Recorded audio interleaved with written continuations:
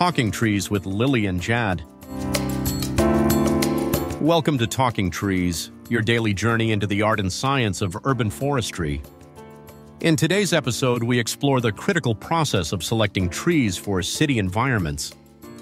One source, Huemann's thesis, delves into innovative methods for identifying new species and genotypes that can thrive on the challenging paved surfaces of northern European cities, emphasizing the need to diversify urban canopies.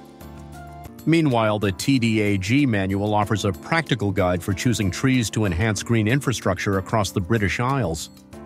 It provides detailed species profiles and evaluates environmental tolerances and functional traits to boost ecosystem services in urban settings. Together, these insights offer a multifaceted view on how to sustainably integrate trees into our urban landscapes, each with its unique geographic focus and analytical depth. Join us as we uncover strategies for building greener, more resilient cities.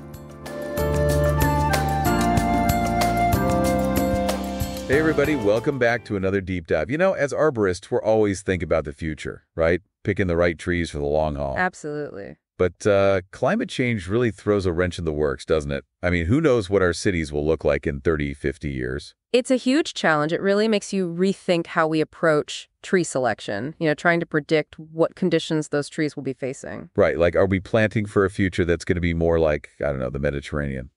Or something even more extreme. We're tackling those questions head on today, looking at a couple of fascinating sources. Sounds good. First up, we've got Henrik Schomann's thesis, Trees for Tough Urban Sites, Learning from Nature. Ah, yes. Schomann, he's got a really unique approach. Oh, yeah. Instead of focusing on trees that thrive in, say, a nice cushy park, Right. he looked at trees that are already dealing with really stressful conditions. So the trees that are basically like surviving boot camp. Exactly. He studied places like the Qinling Mountains in China. Oh, wow. And parts of Romania and Moldavia where it's naturally hotter and drier. So he's looking at trees that are already adapted to a tougher climate. Smart. Yeah. His thinking was that by looking at how those trees thrive, we might get some clues about what species are best suited to handle the urban heat islands of the future. Makes sense. Survival of the fittest, tree addition. But I'm guessing his thesis is pretty dense, scientifically speaking. It is. Definitely some heavy stuff. So to help us translate all that, we're also looking at the Tree Species Selection for Green Infrastructure Guide. Right. From TDAG, the Trees and Design Action Group. Yeah, the TDAG guide. They take a more practical approach, focusing on the British Isles. It's a great resource for arborists, for sure. It gives you a framework for putting those scientific insights into action. Okay. Before we get lost in the weeds here. Sure. Maybe a quick reminder, why does all this even matter? I mean, we all know trees are good for cities. Of course. But with climate change looming, why does it feel even more crucial to get those tree choices right? Well, think about it. Our cities are getting hotter. We've got the urban sheet island effect. Right. And we're seeing more extreme weather events, like droughts. Trees can help mitigate all of that. They cool things down. Their root systems help manage stormwater runoff? Exactly. Plus, we can't forget the social and ecological benefits. Oh, totally. I mean, trees bring so much to the table. They clean the air, they provide habitats for wildlife. And let's be honest, they just make cities more pleasant places to live. It's about creating a more livable, sustainable, urban environment. Absolutely. And a big part of that is choosing the right mix of trees.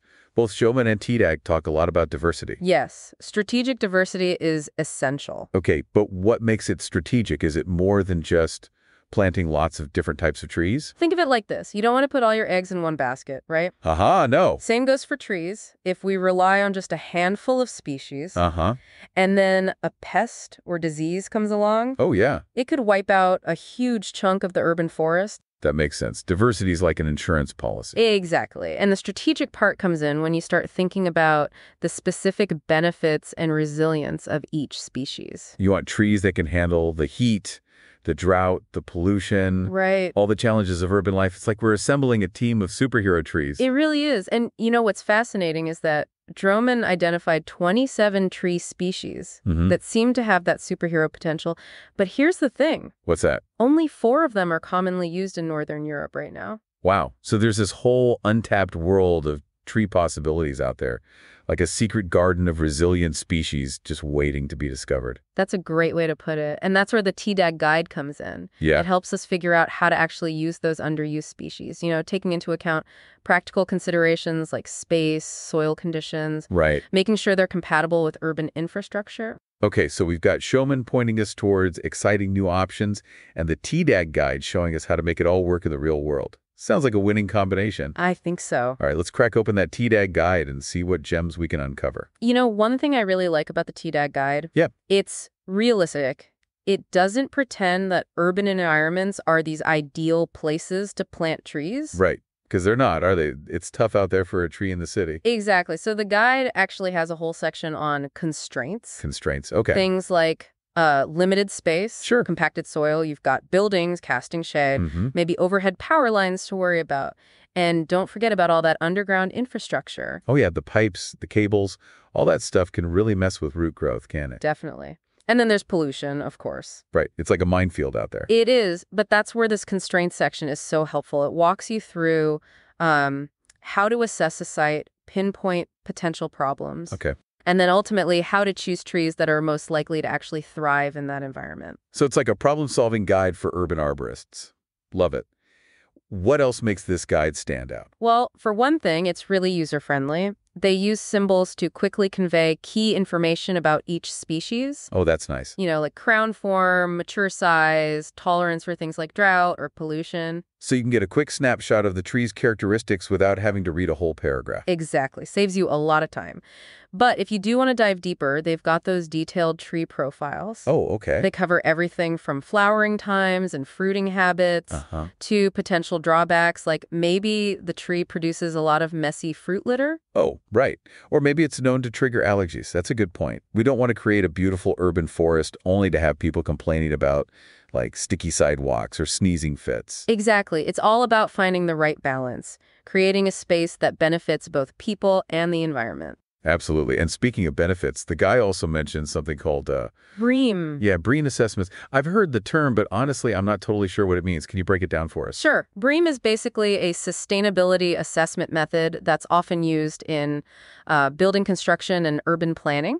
Okay. And the idea is to encourage more sustainable design practices, including how we choose and plant our trees. So it's like a green seal of approval for buildings and landscapes. Yeah, you could think of it that way. And in the context of urban forestry, BREEAM really pushes us to think long-term. Gotcha. Choose trees that are going to provide a wide range of benefits over their entire lifespan. Contributing to a truly sustainable urban forest. That makes a lot of sense. But, I keep coming back to that statistic from Showman's research.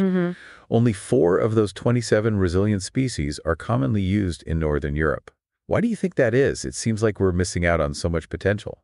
I think part of it might be tradition. We tend to stick with what we know, what's been done before, even if those trees might not be the best choices for a changing climate. So we're kind of stuck in a rut, you're saying? Maybe a little bit. And then there's the issue of aesthetics. Oh, yeah. Some of those underused species might not fit our traditional image of what an urban tree should look like. Right, right. So we might need to broaden our horizons a bit, be more open to different shapes, different textures. I think so. I mean, why can't a city street have the same kind of visual diversity that you see in a botanical garden? Yeah, that's a great point. Shake things up a bit. Speaking of shaking things up, the TDAG guide also has this whole section on sustainable drainage systems, or EDDS. Oh, yeah. LDS are great. I'm familiar with the basic concept, but for those who aren't, can you give us a quick rundown? Sure. ADDIEs are all about mimicking natural drainage patterns. Instead of just channeling stormwater runoff straight into the sewer system. Right. We try to slow it down, filter it, let it soak back into the ground. And trees play a huge role in that process. Ah, right. Their root systems help absorb water, and their canopies help intercept rainfall so less of it hits the pavement in the first place. Exactly. It's like there are these natural sponges and umbrellas helping to mitigate flooding, which is becoming a bigger and bigger issue with climate change. Wow, that's really interesting. So it's not just about picking trees that can handle drought. Right. It's about choosing trees that can actually help us manage stormwater. It's all connected. The trees, the water, the climate, the built environment. It's like this big, complex puzzle, and we're trying to figure out how all the pieces fit together. Exactly. And that actually leads me to a question I wanted to pose to you and our listeners, thinking about all these challenges, all these new ideas. Yeah. It makes me wonder, are we kind of at a turning point in urban forestry? Interesting. What do you mean?